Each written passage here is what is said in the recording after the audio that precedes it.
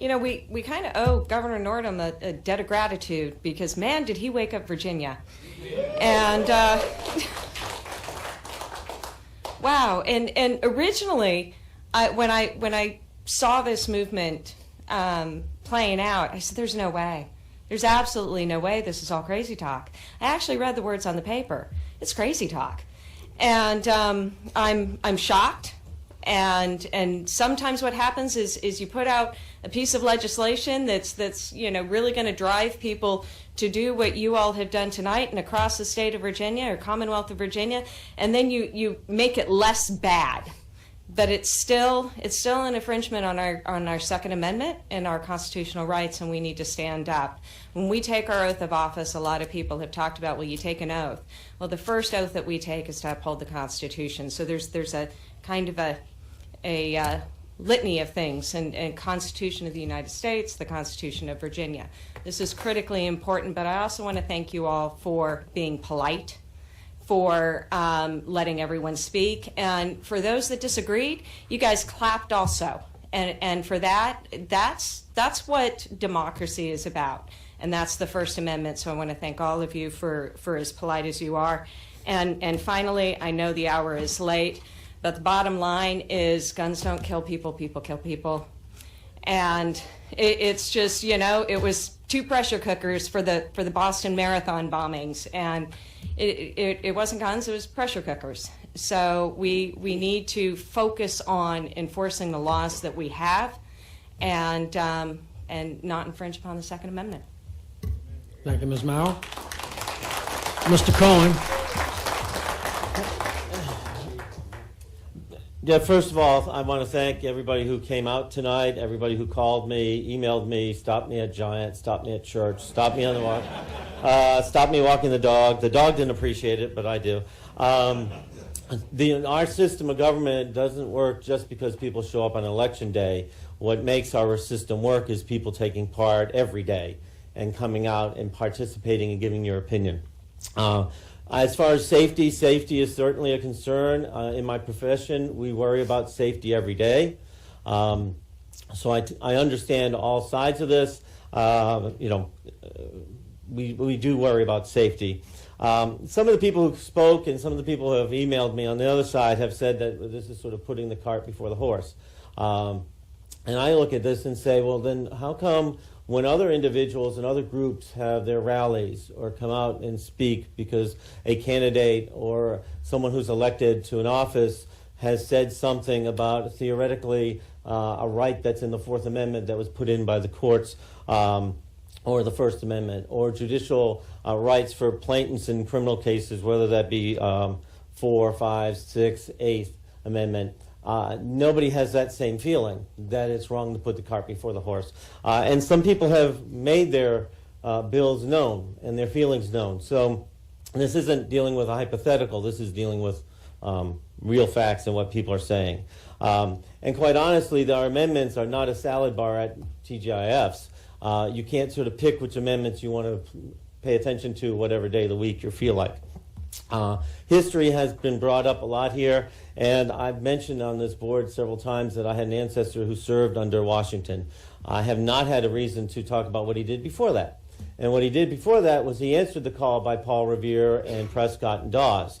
And that ancestor responded to Lexington and Concord when the government was going out to take people's legally owned property without rights. And so this sort of hits and I know I talk funny sometimes, but this hits the northerner in me that remembers why we went into the revolution in the first place. And we cannot forget that the Bill of Rights that was put in the U.S. Constitution was put in after states put in their state Bill of Rights. States did it first. Madison copied from the other states when he was coming up and drafting the Bill of Rights for the national government. I am very concerned about the impact on law enforcement. We earlier today talked about law enforcement and the government employees and them being put in very uncomfortable situations. It's hard enough to get people in law enforcement as it is without making it more onerous. People who pass laws, and whether it's our level or state or national, have to look at enforcement and how it's going to impact them. Lastly, there's been a lot of constitutional precedent talked about, and unfortunately, my occupation and my degrees are in this. And DC versus Heller talked about something that people hadn't talked about tonight, which is implemented for the very first time the Doctrine of Incorporation. I won't go into all that because it's this late at night. But it is the first time that the Supreme Court has applied the Doctrine of Incorporation to the Second Amendment. Ergo, it is now a precedent for all future cases that come up. So anything that's passed by Richmond is going to be looked at through that prism when it will go to the Supreme Court. And so, yes, we are not on the Supreme Court, but some of us have studied it and know what the Supreme Court is thinking. Several people have asked about an ordinance. I would like to see what they write before I make an ordinance. Maybe I'm just overly suspicious as someone named Thomas, but I'm afraid that if we say an ordinance tonight using language A, B, and C, the governor and his friends might make it F, Y, and G. And so I would rather actually come up with something that they've done, but that's just sort of my nature. So because of the views of my many, many, many constituents, historical precedent, the impact on law enforcement, and the constitutional precedent by the Supreme Court on this issue, I will gladly support this resolution.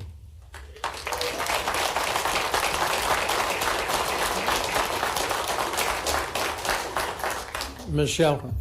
Most of you guys know I'm retired Air Force, and while I was active duty, I took an oath of enlistment many times. And when I took this elected office, I also took an oath. And what was different is now my oath is upholding the Constitution of the Commonwealth of Virginia. I think it's really interesting, Mr. Cohen, that you stole that from me, that, you know, the Commonwealth of Virginia's Constitution actually predates the U.S. Constitution. But I have no problem with that oath. And so it still supports the ideas in the sections 11 and 13 that give us the right to bear arms.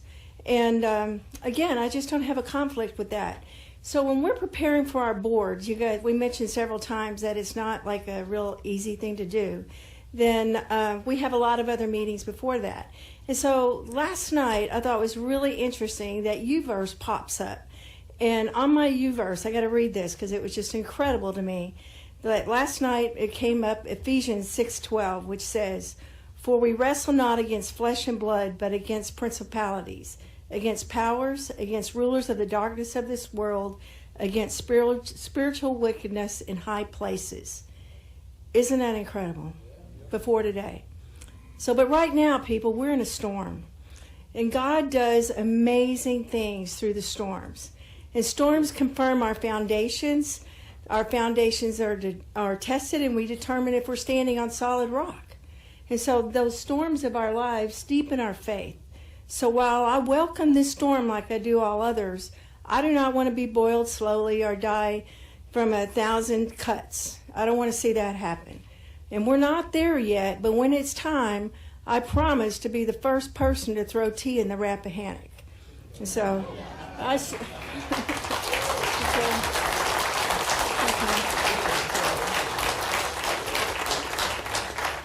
wanted to say I support the Constitution of the United States and the Constitution of the Commonwealth of Virginia.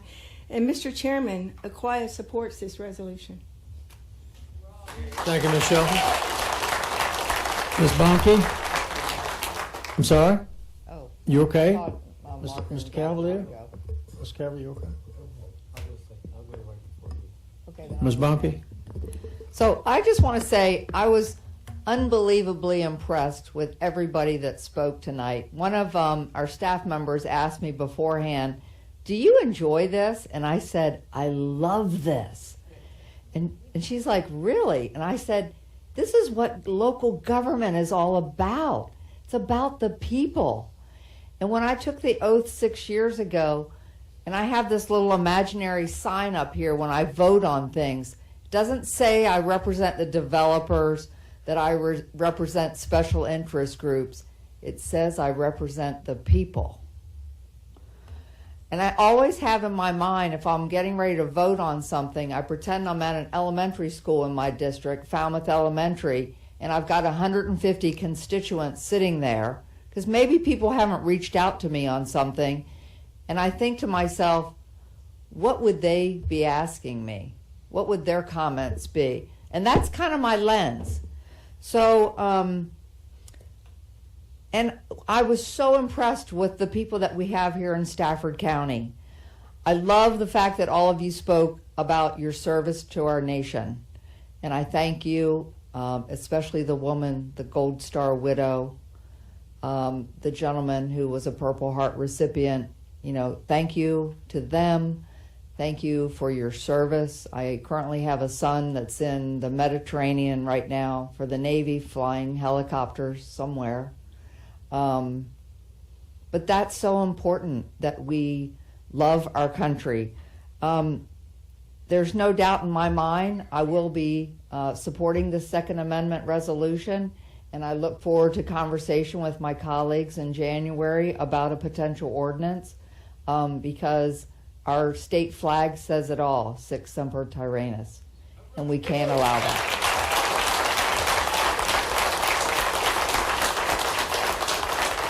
Thank you, Ms. Bomke. Mr. Cavalier. You know, in my 16 years, I've never been a part of a better mannered and orderly group at any of the board meetings. We've had a lot of rough topics, but you all were great tonight, and I thank you. We all thank you. I mean, this sends me out on a high note, and it was a good last meeting for me. I kind of only wish that this issue would have surfaced a couple months ago, and we could have elected some more like-minded candidates, and we wouldn't be in this situation. So that's the message I want to leave you with. Stay strong and stay involved. Thank you.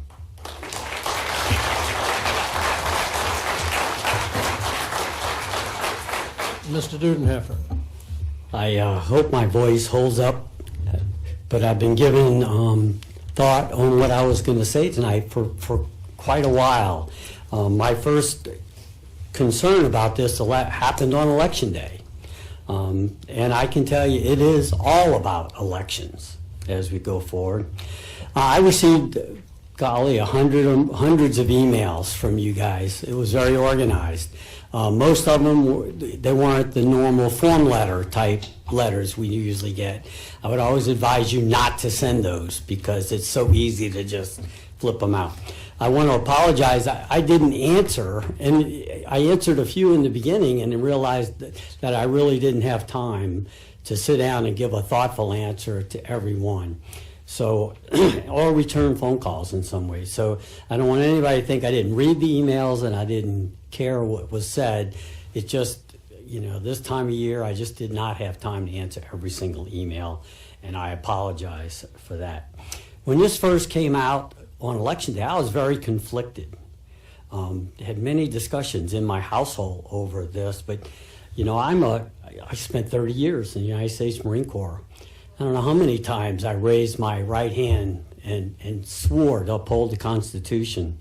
I don't know how many times I did that and gave that oath of office to the men that work for me on many occasions. I've served 8 years on this Board of Supervisors, and every time you're reelected, you raise your right hand. But what gives me another unique view of what we're talking about here is I served 2 terms in the Virginia House of Delegates, and I wish I had the time to tell you what a cesspool that is. And I can also tell you that because of the situation we have here now was one reason I didn't want to serve there anymore. I'm a people person. I wanted to do things that affect and help the people day to day, like Ms. Bumke was just saying. And some of the backward political squabbles that they spend all their time on was just not something that appealed to me in a great deal. But, you know, I have an A rating with the NRA. You know, how do you get that? You get that by voting in favor of advantageous gun legislation, or not. In our case, it was not voting for gun legislation. That seemed to always be proposed. So I've been there. I can't even imagine though what it's going to be like come January, where I don't want to make it too political, but when the Democrats take charge and their agenda, that's been there all along. It isn't new what they're doing. It's been there. They talked about it every single day that I was down there. I heard it. I had to listen to it. You had to kind of, the filth, work your way through all the filth and everything that came through. But with the majority, we were able to kill most of the legislation, and you never even heard about it. I took a lot of notes, and there are several just quick comments. I heard today something very interesting on Fox News was that, North Korea has a Bill of Rights that's very similar to ours. What's the difference? The difference is how we live, our culture, and how we execute, and how we live our lives with that, and how we hold our government accountable. There, they can't hold their government accountable. So it's important for us to do that. I could talk about a lot of my evolution of thought from those very first few days of how distressed I was, because I raised my hand to defend the Constitution. I never said accept those laws that I don't like. And I was also very critical of the other side of the aisle with their sanctuary cities and our Attorney General saying he wasn't going to enforce marijuana laws. So they're such hypocrites that it made me sick as I slowly worked my way through the logic of where we are. But the one thing that sticks in my mind the most was something that was told to me or kind of an argument made by the woman that I live with. And she said, do you know, Mark, remember that every person who signed the Declaration of Independence committed a capital offense and put their lives on the line for the things that we now take for granted. And at that point, I had no more reservations whatsoever to move forward and support this. If I can regress a second and just tell you how I think this is going to play out in Richmond, having been there. Anyone in the House can file any law they want with any wording they want. They can file it and have it put into the registry. It'll make the national news, and it's unfortunate that is the case, because of the 3,500 or more laws that they'll probably review over that 8-week period, only a few hundred make it to the end. And almost none make it to the end exactly like it was put in the first place. Okay? If you don't, I'm hoping that you just take me on my word for that. I could give you many, many examples in case of legislation that I've put in. What I was told by a very wise old man that I admire as much as anyone in politics, who happened to be the speaker at the time, was, Mark, you got an important piece of legislation. You believe in it. It's something that's very important to you. The first time out, get a bill passed. Even if you got to water it down to where it's something that anyone would vote for, it's logical, and they would vote for. What you do then is you take credit for the fact that you were compromised, you made all the concessions and everything that you needed to make. But then what that does, it makes us say, oh yeah, they were trying to be reasonable. I always liked a comment that the lady made, and I'm not trying to make fun of her, but there's no such thing as common sense gun laws. No one's ever been able to define that to me.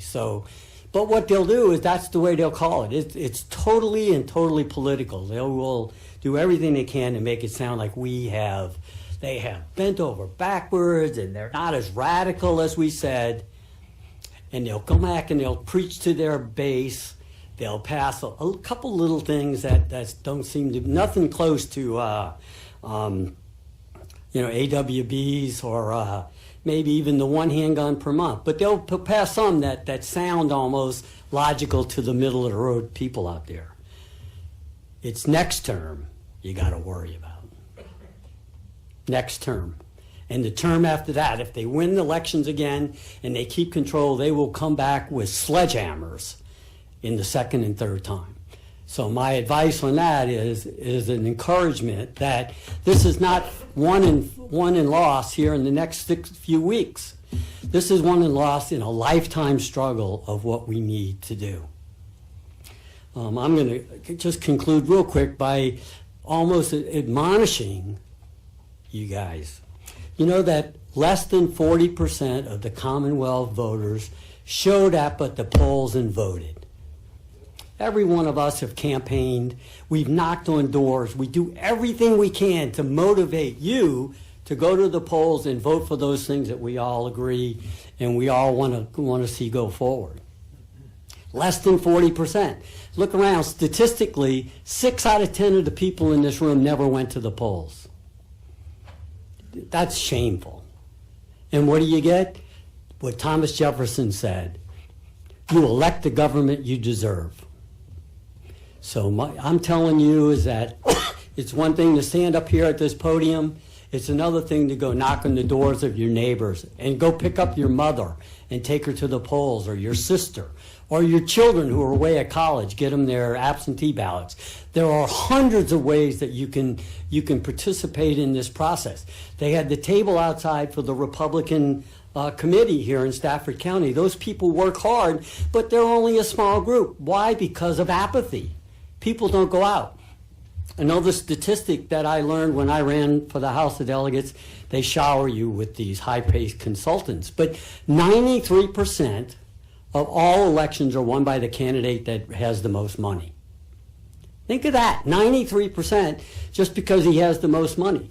The race in the 28th district here was won by a candidate who spent $1 million more than the Republican candidate that went. And I know a lot of people weren't happy with the Republican candidate, but guess what? This is what you got. The last thing I'm going to say is I've met and talked with Ralph Northam many times, and Congressman McEachin makes my skin crawl, but he's up there in Richmond, and the gall of those men to even hint or suggest of calling out the National Guard to enforce some of these crazy ideas that they have. And I'll say, hey, Ralphie, have you looked at what the demographics of our National Guard are? They're not coming to get us. They're coming to get you.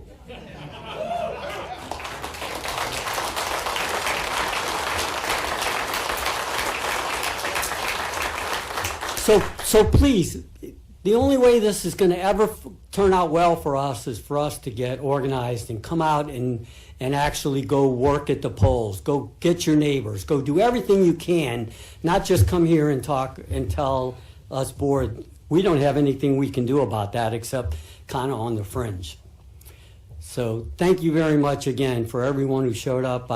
There's one or two out there that I've had lengthy conversations over time. I think one of them in particular was probably pretty concerned about me in the very beginning about some of my thoughts, and we had lengthy conversations. So again, I'm sorry I spoke the longest, but I think I offer a little bit different perspective than the others. So thank you very much.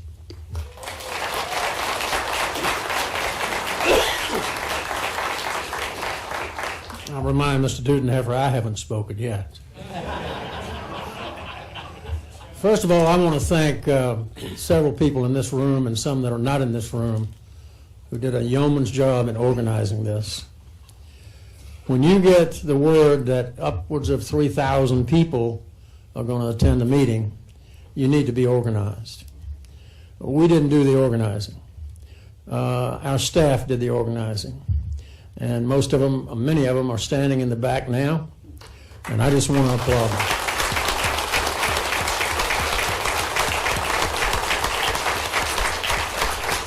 I also want to take this opportunity to thank our public safety employees, our fire and rescue, our sheriff's department. Believe me, they do a yeoman's job. And I can't tell you how proud I am of them. We have got a culture in this country right now that is unlike anything I have ever seen. I was born and raised here.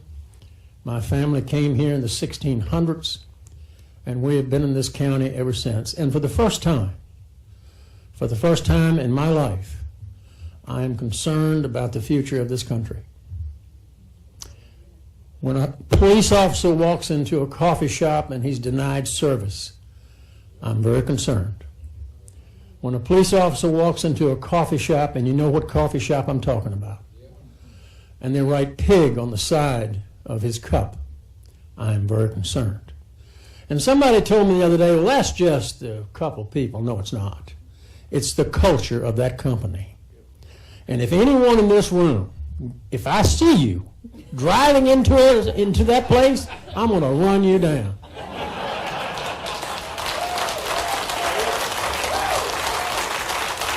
Now, I want to take this opportunity to thank every one of you being here. We had 65 speakers today and tonight. I agree with other board members here. I've never seen a more orderly crowd. So the one thing I want the news media to do is pick up the phone, call Hillary Clinton, and ask her to define deplorable. Because we're not deplorable. We are citizens of this country, and we're exercising our right. I would remind everyone that Adolf Hitler was elected.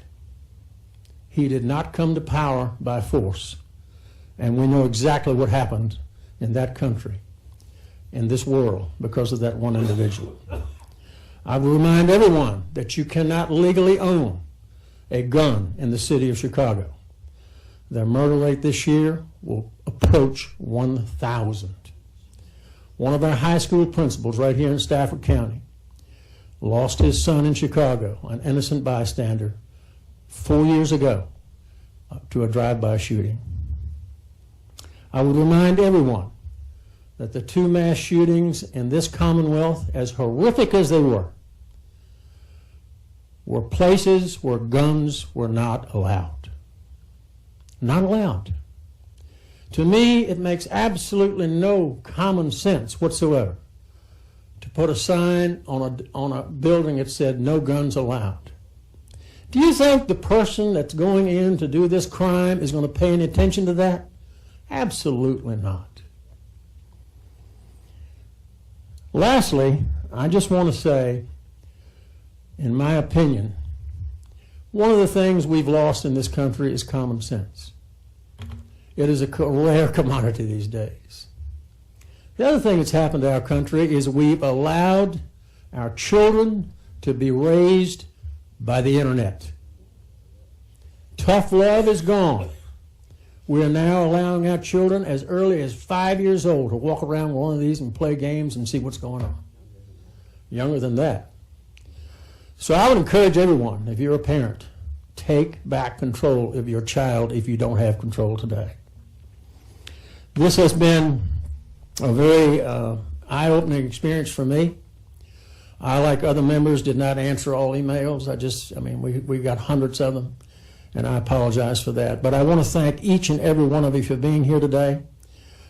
You have shown what true Americans really are. And people said, well, you're going to have people from all over the state. Of the 65 speakers we had, only 2 did not live in Stafford County.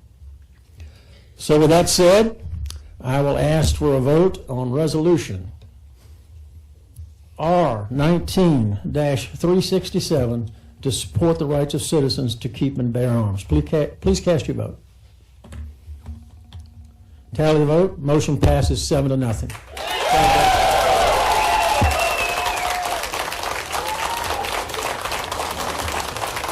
I believe